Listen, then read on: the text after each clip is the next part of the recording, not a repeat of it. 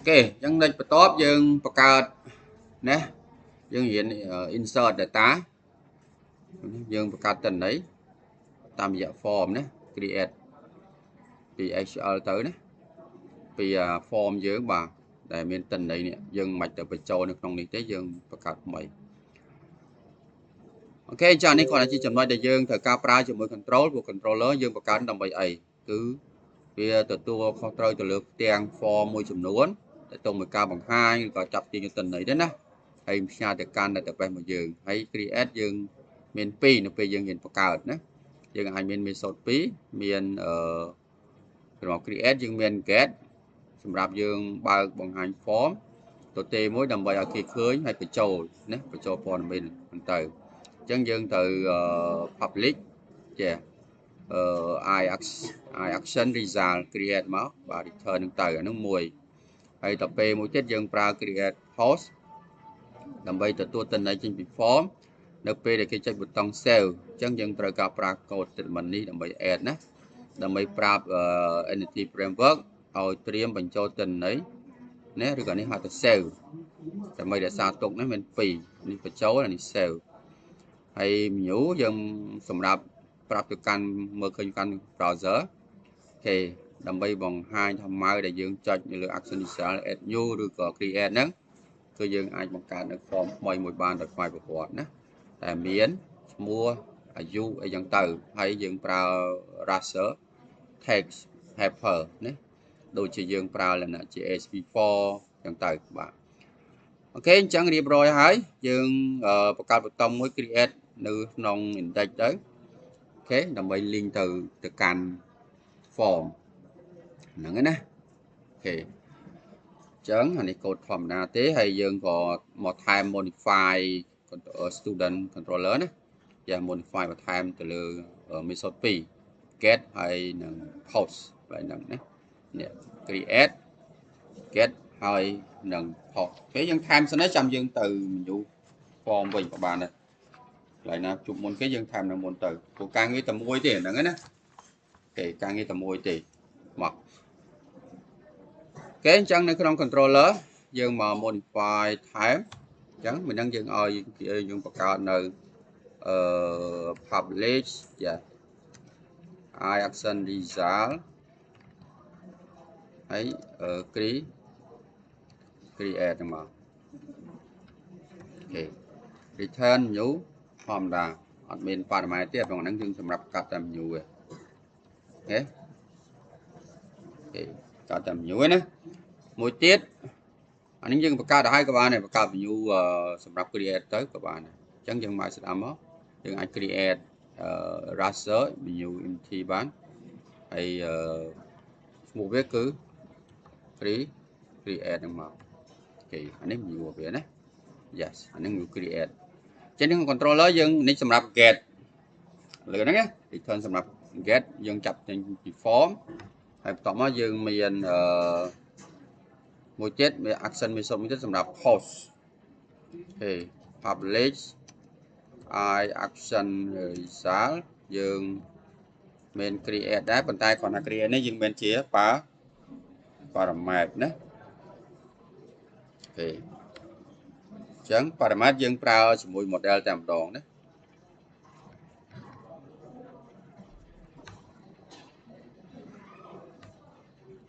អូខេ yes អញ្ចឹងនៅក្នុងនេះយើងមានជា tag របស់វាcreate student អូខេយើងមាន context យើងហ៊ានបង្កើតនេះក៏បានដែរព្រោះនេះ add ចូល list អានឹង add ចូល list add វាចូលទៅក្នុង list ហើយនេះគឺ menu តែយើងការពារនៃការសរសេរយើងបន្ថែមលក្ខខណ្ឌមួយ is mode state ហើយលក្ខខណ្ឌមួយ is invalid អូខេ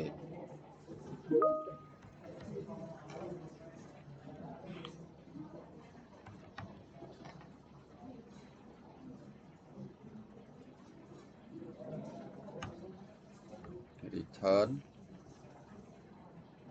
អានេះ student សម្រាប់យើង view វា ចានេះយើងបន្ថែមតន់អស់ទេយើង save យើងមាន add មួយហើយយើងនៅមាន save មួយទេហើយយើងមាន return return direct ទៅវិញអូខេអញ្ចឹងយើងមើលប៉ុណ្ណឹងសិនក៏ពិតកូដនឹងមានទៀតខ្ញុំសរសេរប៉ុណ្ណឹងសិនយើងទៅកែនៅក្នុង menu ណានេះក្នុង create នេះយើង create form វាយើងមិនហ្នឹងយើងបង្កើតហើយបង្កើតហើយនេះអញ្ចឹងនៅក្នុង menu form យើងមាន field អីខ្លះមាន field ខ្លះយើងបន្ថែមមកតែមុនទៅយើង add model យើងចូល add model ដោយសារ model យើងយកជា list ទី1គឺបញ្ចេញ name របស់យើង ASP core មួគេ core student mbc dot model dot model dot student តមកយើងមាន HTML text to create new student តមកទៀតយើងចាប់ដើម form បាទវាមានឲ្យស្រាប់មកហើយ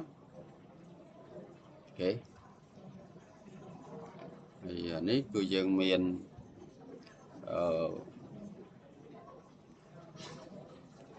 form យើងមានប៉ុណ្ណឹងប៉ុន្តែយើងថែមប៊ូតុងមួយ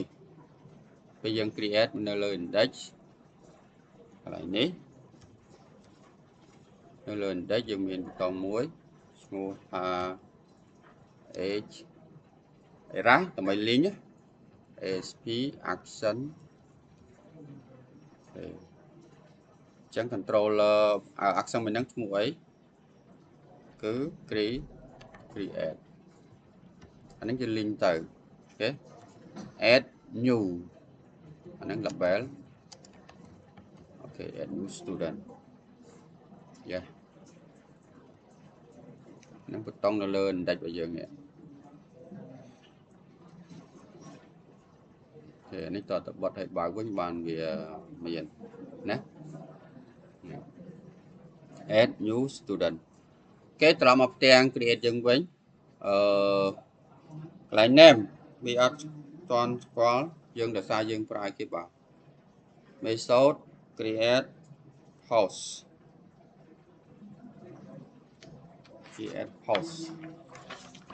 structure យើងមានស្រាប់ណាឬក៏យើងចង់បន្ថែមជាខ្លះវាក៏បន្ថែមទៅអានេះខ្ញុំសរសេរឲ្យទៅបានសិនអញ្ចឹងយើងមាន student name មាន action for student name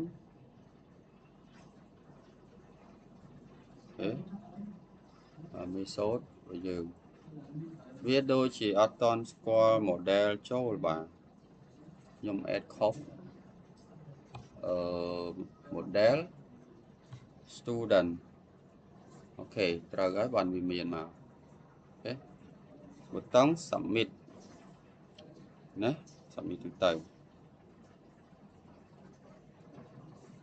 យើងមាន error មួយដើម្បី go back យើងថែមអញ្ចឹងនៅពេលដែលយើងត្រឡប់ទៅវិញយើងប្រើ go back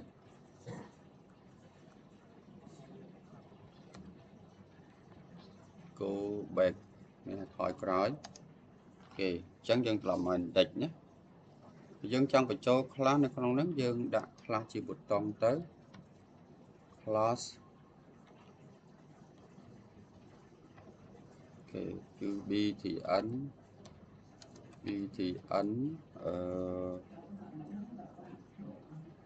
secondary ហ្នឹងទៅខាងលើក៏យើងអាចបញ្ចូលខ្លះបានដែរហ្នឹងគឺជាខ្លះយើងប្រើមកនេះក៏យើងមានប៊ូតុងអញ្ចឹងទៅខ្ញុំដាក់ថា success chẳng miền form hay dương ai save bán phần này hình control ninh tích chấm mơ pro capacity ta vì miền error rồi đó của để sai nhưng sẽ cắt tích ta vì ai tụ bàn ở ok dương compile run mới ta dương ai insert tên này bàn ở ok cộng máu y máu student ok ní và tổng s create màu chẳng nơi pha method mùi cái lịch bật thái ở thằng lơ với ní preference với ATP post ok từ một đoạn tiết ok slash student ok dương add dạ màu ấy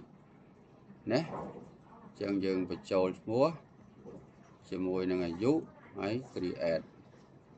thì về bánh từ lơ column insert vào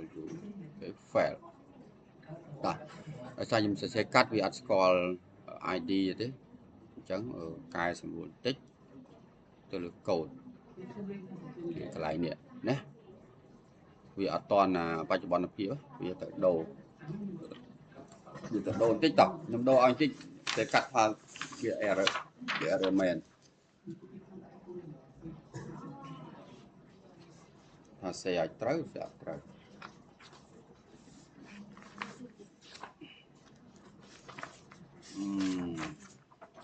để xong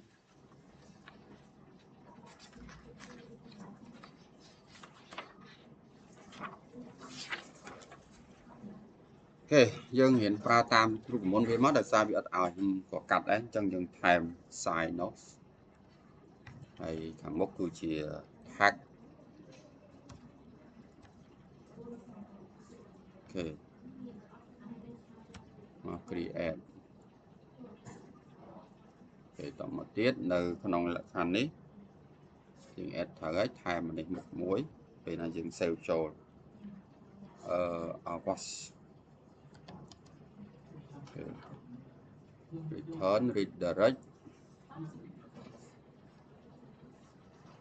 chia index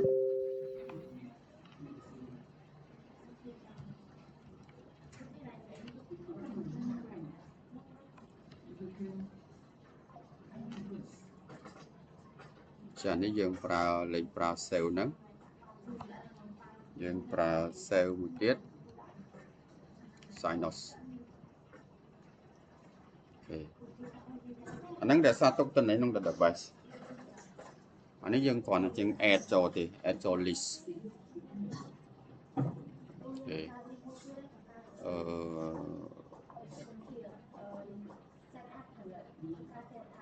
rồi hãy